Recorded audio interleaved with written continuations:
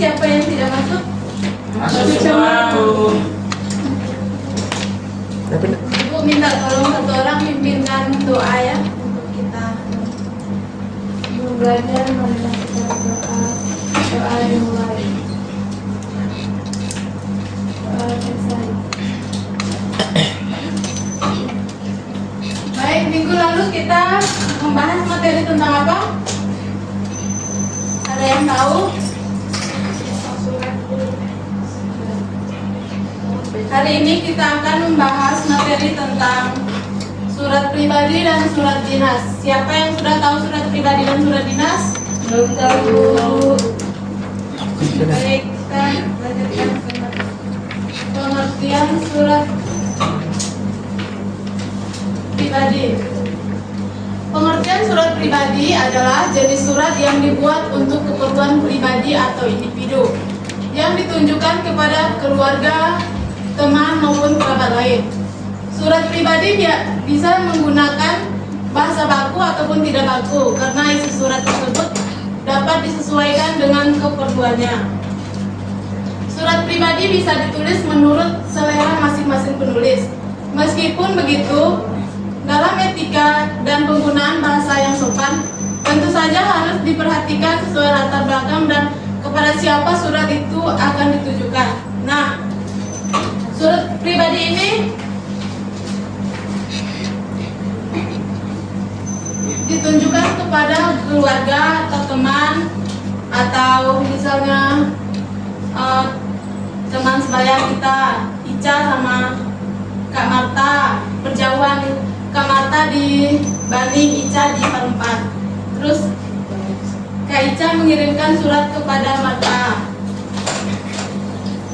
Nah, terus surat dinas. Apa pengertian dari surat dinas? Ya.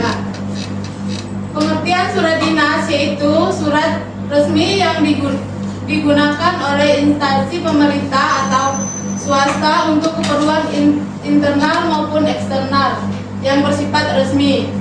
Surat ini biasanya digunakan untuk menyampaikan informasi, instruksi atau keputusan yang berkaitan dengan kegiatan organisasi atau instansi. Surat dinas ini sifatnya resmi. Terus surat dinas ini dikirimkan kepada perkantoran atau sekolah, perusahaan, dan ke sekolah.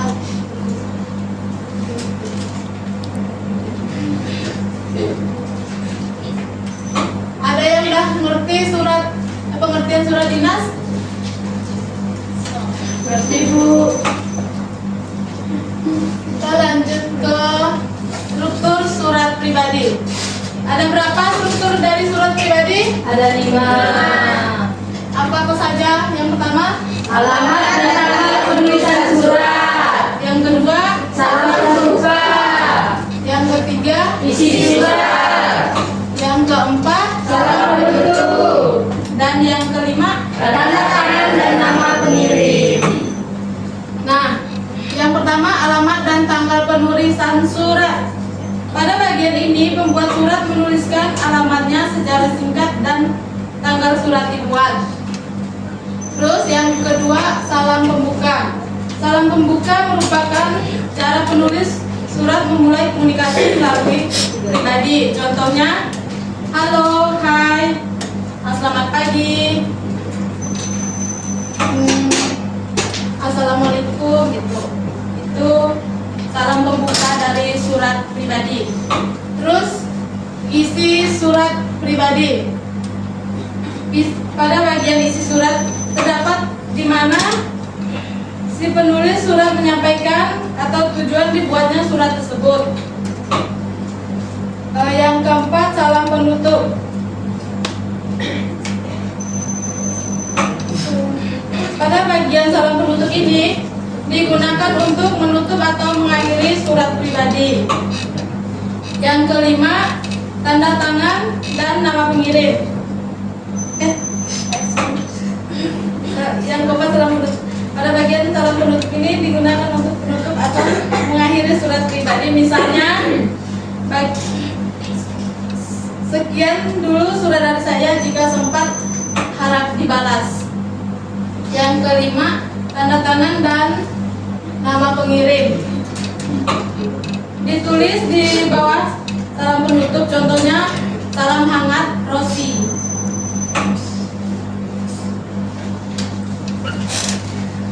Ini contoh dari surat pribadi ya. Itu tempat dan alamat dan tanggal suratnya, itu nama pengirim. Yang Riani itu nama pengirim.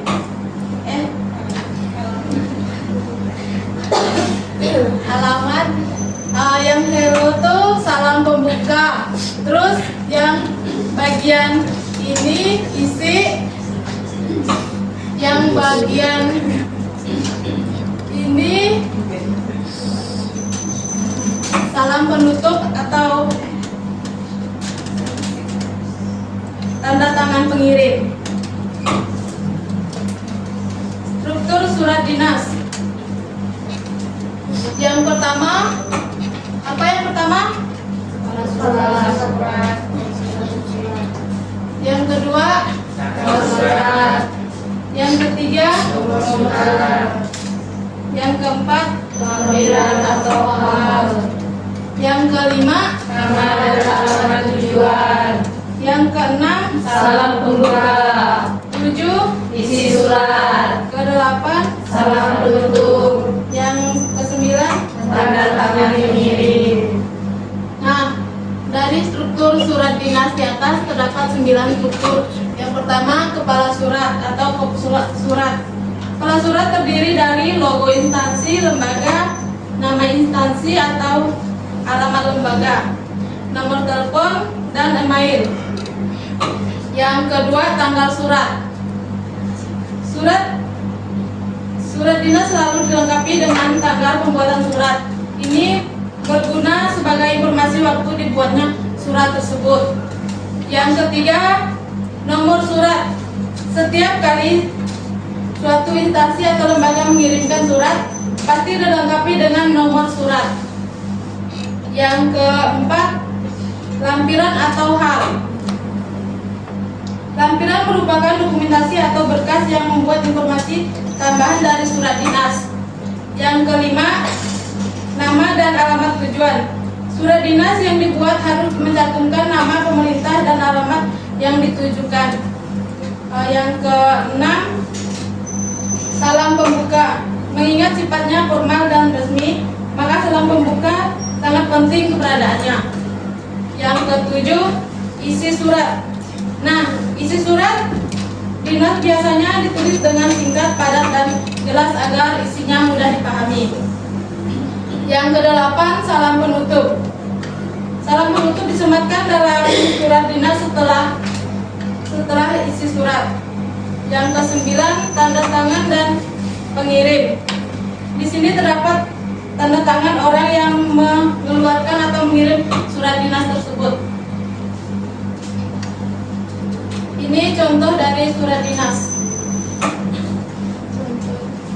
Yang bagian atas, kop atau kepala surat, nomor, lampiran, perihal. Yang kepada tuh nama dan alamat tujuan. Dengan hormat, salam pembuka. Terus isi suratnya pada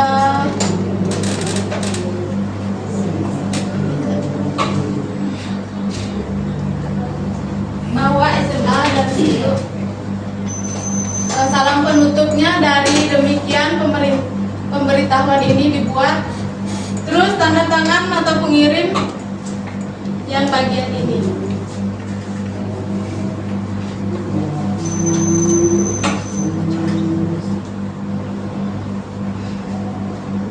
Nah, materinya sudah selesai. Apakah kalian sudah paham apa yang dijelaskan Ibu tadi? Paham, Bu. Sekarang Ibu kasih tugas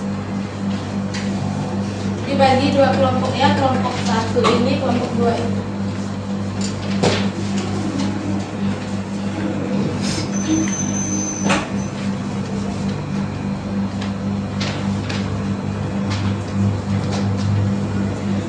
Kelompok 1 tentukan struktur dari surat dinas, dan kelompok 2 tentukan struktur surat pribadi.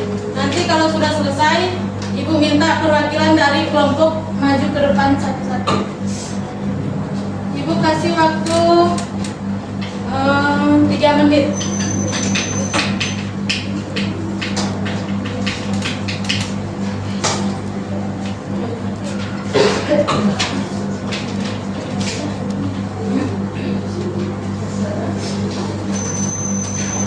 Sudah selesai? Ya, silakan maju ke depan. Perwakilan satu kelompok.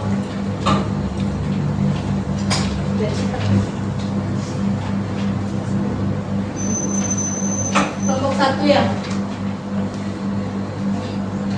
Di sini saya akan menjawab pertanyaan yang nomor 2, tentukan struktur surat pribadi.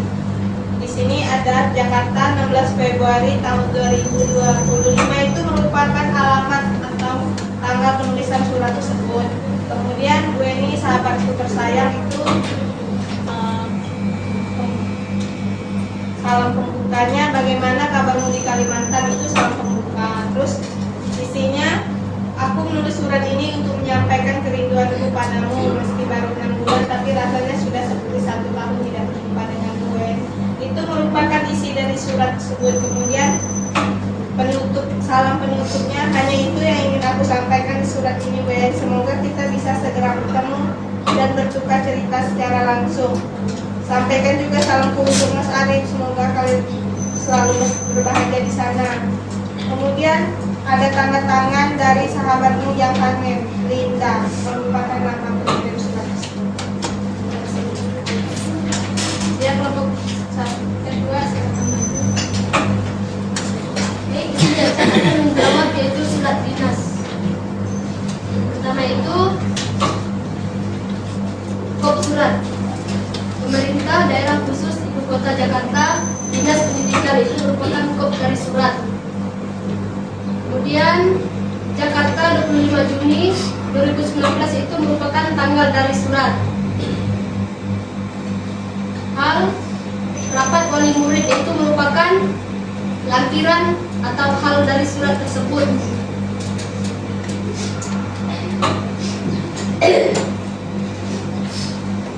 Kepada Bapak Ibu orang tua wali kelas 10 itu ada nama, alamat dan tujuan. Kemudian assalamualaikum itu merupakan salam pembuka.